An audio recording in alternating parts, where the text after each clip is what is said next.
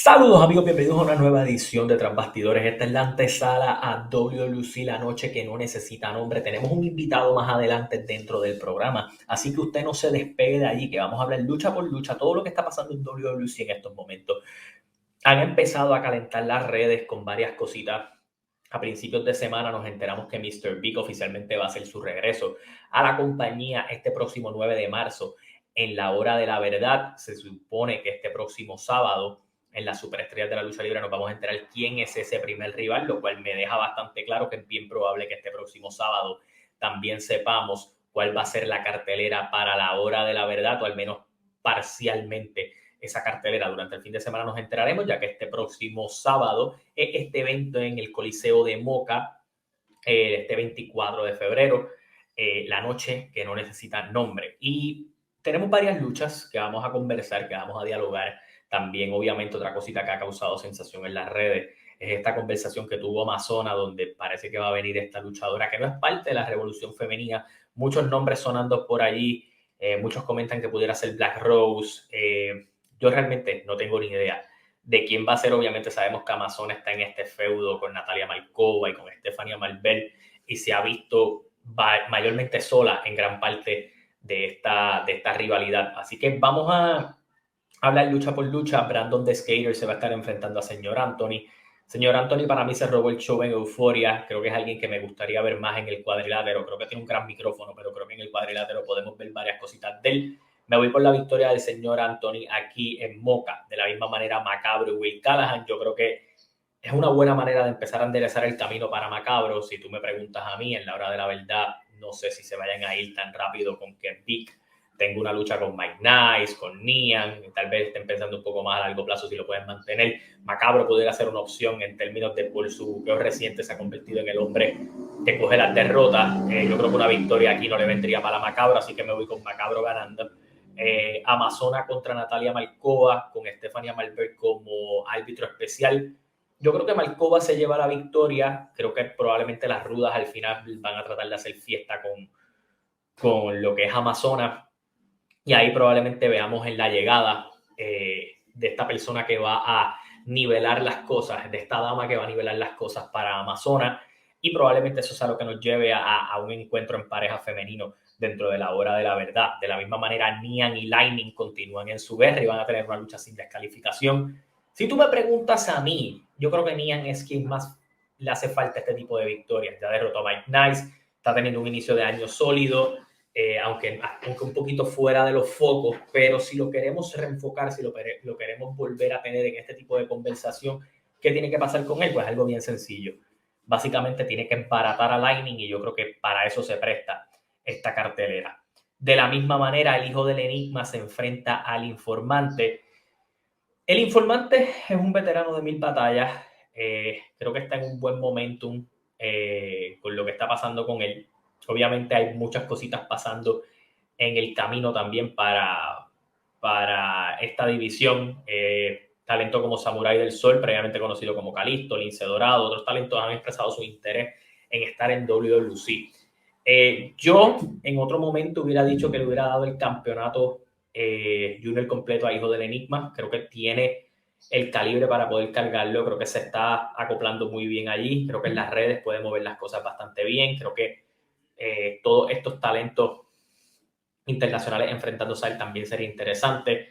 Yo tal vez apostaría por Hijo del Enigma y tal vez poder utilizar en mis redes que él va a ir a Costa Rica al scouting de New Japan Pro Wrestling, que va a estar luchando en Orlando contra Lince Dorado. Yo le daría el campeonato junior completo porque me parecería interesante que vendieran la narrativa de que él puede defender ese campeonato fuera de allí y darle ese otro tipo de toque a la división, y creo que el Hijo del Enigma puede ser la cara hacia eso. Veremos a ver, pero yo le daría el campeonato al Hijo del Enigma, aunque pienso que contando con ese tryout y ese tipo de cosas, tal vez no le den el título todavía al Hijo del Enigma. De la misma manera, lucha por los campeonatos mundiales en pareja. Mike Nice y Chicano se enfrentan a la Revolución. Esto no es una pareja que vaya a estar mucho tiempo junta, así que me voy con la Revolución reteniendo los campeonatos mundiales en pareja. Saban contra el Intelecto 5 estrellas. Ustedes saben la teoría que yo tengo, el que sigue el contenido sabe lo que estoy hablando. Yo creo que aquí no va a haber ganador ni vencido y vamos a ver una revancha con algún tipo de estipulación dentro de la hora de la verdad. Hay que contar con que Eddie Colón y el informante tienen sus ojos puestos en intelecto, que hay unos pequeños problemitas entre Eddie Colón, Gilbert y Savant y el Nuevo Orden, porque realmente Gilbert no se lleva aquí, salió Gilbert con Eddie, y hay como estos roces que aunque haya habido como una pausa temporal de que todo está bien, en el fondo todos sabemos que las cosas no están bien. Rey González se enfrenta a Gilbert por el contendor número 1. Yo creo que Rey retiene.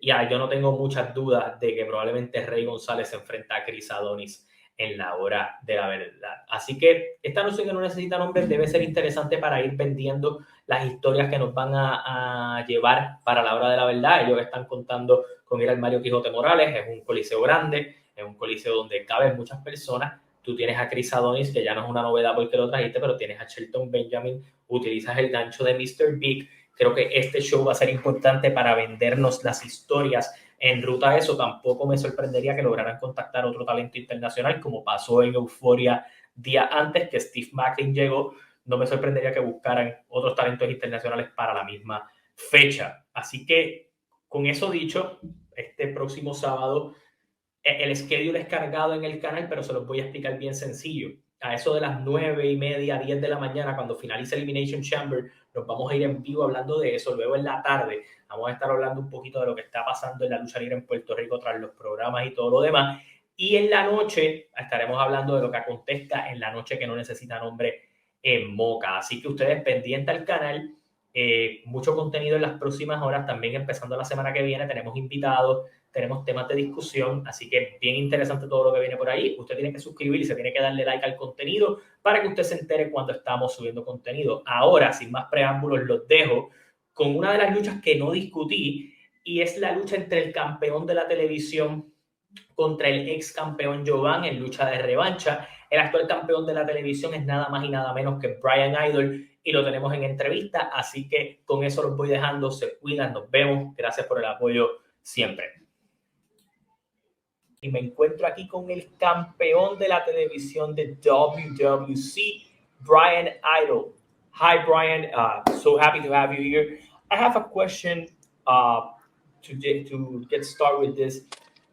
You are now the television champion in WWC, but it's not the first time that you came to Puerto Rico. How is your beginning in this kind of territory? How do you get familiar with Puerto Rico and began wrestling over there, and now establishing yourself in the WWC, the most important company in Puerto Rico? So, sorry about that. I'm trying to get some light on it. For those that don't know, I'm in the car right now. I'm going to wrestle right now, actually. Started in Puerto Rico in Ground Zero Wrestling, and I had seen some of my students who are actually one of them was born from Puerto Rico, and so he started wrestling there. So I reached out and I said, "Hey, would there be any interest?" And I have to give credit to Martin from Ground Zero, because he really, Demolition X, he didn't hesitate at all, and he brought me in, and him and Joe Bravo really, saw something in me, and they said, I think you'll be really good here. And so I started in Ground Zero, and probably, I think the third show, I was the heavyweight champion of the company. So.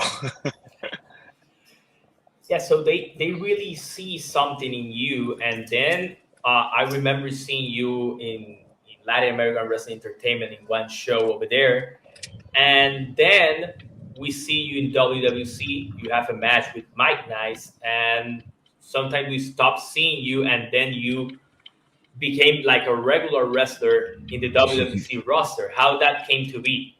So I think it was just one of those things where, and if you want to translate this, you can. Like, I'll stop and you can. I'm saying, because I know my Spanish is not too good. So yeah, don't worry. I put subtitles over there in the edit. So fair enough. So I 100% when I came to the island, my goal was to wrestle for WWC because of the history and the amount of talent that's been through there since the 70s. So obviously when I think of the island, that's what I think of. and that was my goal. So I did what I think I had to do, which was, work my way through the ranks of the other companies to get known a little bit. And I think it comes down to, if you get received by the fans and they think you're any good.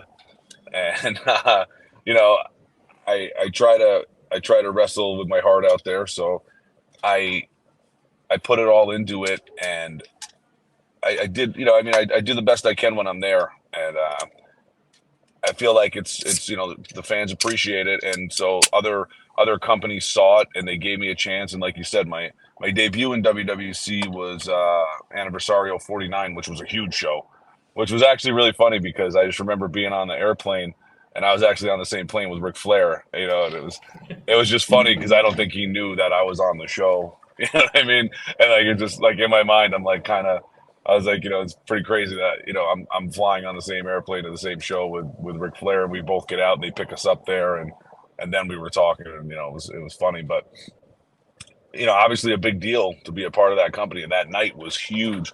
So and I thought I had an unbelievable match with Mike Nice. I think he's awesome, and it was a great experience, and I was right then and there. I wanted to stay in that company, and I just think it was the kind of thing, a time and place, whether the dates didn't line up or whatever. It was just a matter of time. And so finally the dates and the times lined up, and it was like, hey, let's go for this. And the special thing, I think, is like I'm not one of these people that made a lot of demands or like had to agree to anything or like you got to treat me a certain way or this or that.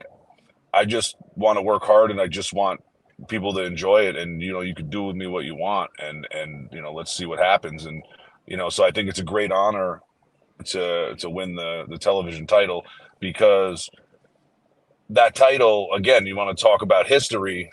I mean, there's a lot of names, and I think I might be wrong, but I think it was either, I don't think it's past. I think 2003 was the last time somebody born in the States had it, which was Chris Candido. And if I'm not wrong, I think maybe there was somebody else, and it was maybe 2007 or six. But in any case, it's been forever since somebody from the States had that TV title. And you're talking a TV title that's held by Carlos Colon, Ray Gonzalez, the Great Muta, even. So I mean, that's there's so many guys, even guys that are living in my area now, like Fidel Sierra Bravo and Ricky Santana. So there's just, I recognize so many names that had that title, so it's really cool to be a part of it. Now that you have become a regular in Puerto Rico, and everybody knows that you have been working with the NWA, that is another company that is rich by its history. When you obviously you travel the world, you live in the States, you wrestle in the States, but you have become a regular in Puerto Rico. That is something that is not common in the last 10 years. Probably in the past, there was many wrestlers from the States that have like a long campaign in Puerto Rico, but now you're like you continue that lineage of Yeah. of American wrestlers coming here, and WWC was famous for that for many years, and now you have continued with that. Now you have the television champion. And But when you, yeah, I'm just saying it's something special. Like I agree. It's not common. I mean, look, there's nobody wrestling on the island that looks like me, and it's something special to be able to be. Sometimes I feel like I'm the adopted son of Puerto Rico, and I love it. And I wouldn't change anything about it. And it's a special place, and it's almost a shame because I think a lot of people in the States don't realize how great the fans are. Like, I mean, even the horns, like when you're there, like those horns, they're going off. And I mean, sometimes it's so loud, like in the ring, like I can literally feel it. And it's just, it's special. And so, yeah, like it's something that is not lost on me. And it's also something that I think hopefully I can help contribute to, because I don't want to be a psychic, but I'm telling you, I'm doing what I can to try to bring something special to the island and to try to really make something memorable out of the time that I'm here. Yeah, I think that that is the case. For a long time, many wrestlers from the states like have stopped coming to Puerto Rico, and I think that is a great territory because of the fans and because there's many talent over there. And that was my next question. You have been for almost 2 years in Puerto Rico, coming back and forth. You have wrestled with many talent in Puerto Rico. How you feel when you travel the world? You wrestle with many wrestlers, but in terms of talent in Puerto Rico, how do you feel with the talent that you have the chance to work in terms of their level? How do you think about the wrestlers in Puerto Rico? Uh, I think it's unique because, like, from someone who's been around, I think it's a blend of, lucha libre, like, Mexican style with the American style. And it's like somewhere it meets in the middle. And that's what's going on the island, man. And there's, I mean, a lot of talent there. And it's almost, you know, there's also a very hardcore legacy there. And, I'm a fan of that too. I'm just not a fan of like all the bleeding and the whatever. It's like, I mean, that's cool. I don't want my face cut. I can tell you that. You know, Yeah, you know what I mean? I So, think that is part of the history, but I don't think that in the last couple of years have been like the main topic over there. no, Like I agree. I That's what I'm saying. So there's a history of that, but I think the thing that's happened over the years now is this like special hybrid style of lucha libre meets, you know, the American style, and for those who do it well, it's really good, and it's actually, like I said, it's special. If you see it, even as a wrestler, if you see this, you kind of appreciate it because you don't. There's little things that you don't see anywhere else. And every place is like that. Like Japan has a certain way. There's, and when you go around the world, when I went to England, I was like, oh, here we go. This is a lot of catch wrestling and a lot of holds, and like you just see things that are standard in that area that aren't, necessarily somewhere else. And so, like, yeah, that's Puerto Rico. It's a very athletic, but also, uh, you know, character-driven style, and so I like it. I think it Yeah, works it's, well. it's it's like the perfect hybrid between everything else. I agree. Uh, now that you have had something very different from other American wrestlers that have come to Puerto Rico. Other American wrestlers just comes for the big shows, and we have seen you being on also the small shows. You're coming on the 24th, and you're defending your television champion against Jovan, who you took the champion from. Yep. And you're also announced to be on La Hora de la Verdad. That is Yep. the big March 9th. show with Chris Masters over there, with Shelton Shelton Benjamin. Benjamin Right. over there. March 9th. How, Yes. how you feel about these dates, these big days, and also having the chance to wrestle on the cities in Puerto Rico that are not also the biggest one in terms of crowd or the All right. regular towns? Well, let me say this.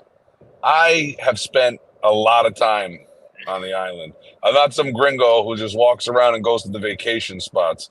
Believe me, I have roots there, and you know, there's a lot of times even when I'm not wrestling that I'm there, and I've stayed there for weeks and months at a time. And I love, I mean, I've been everywhere from one side of the island to the other. You know what I mean? Like, and not even just, like I said, not even just the tourist spots. Not sitting there like, oh, I went to Rincon. Like I said, I've been to places that I couldn't even tell you where I was, and I was there for a week, 2 weeks. Like, I've been all over. And so, to me, the island is very familiar. It's very it's a friendly place for me, and it's very comfortable. And I almost, out of any other place other than where I live, I almost consider it, it's a second home. So I Yeah. don't mind a small show, a big show, whatever. Like, I want to be a part of WWC. I want to be a part of that company. And so, believe me, I do what I can to make it so it works for everybody, and I make sure that I can be there. And like I said, it's not because I'm desperate. It's because I love it. So it does. Like I said, a small show, big show, it doesn't matter to me. I wanna. If you want to be a part of the history, and you want to be on WAPA, and you wanna be in the mix every week, you got to be there. You can't miss all the other shows. So I'm down to do it. and that's, I'm happy to do it. Man, I'm really happy to have you here on the podcast. Thank you for coming with us, Oh, you're welcome. and hope to see you on 24 on the 9th of March 9th. We will be there. Sweet, so man. Thank you. Come say hey. Yeah. So happy to have you. Gracias, gente, por estar en el canal. The television champion of WWC, Bryan Idol, with us today. Gracias por estar aquí. Thank you, everybody. Sorry it's dark. I'm in the car. I got to go wrestle. Take it easy. I'll see you guys soon. See you.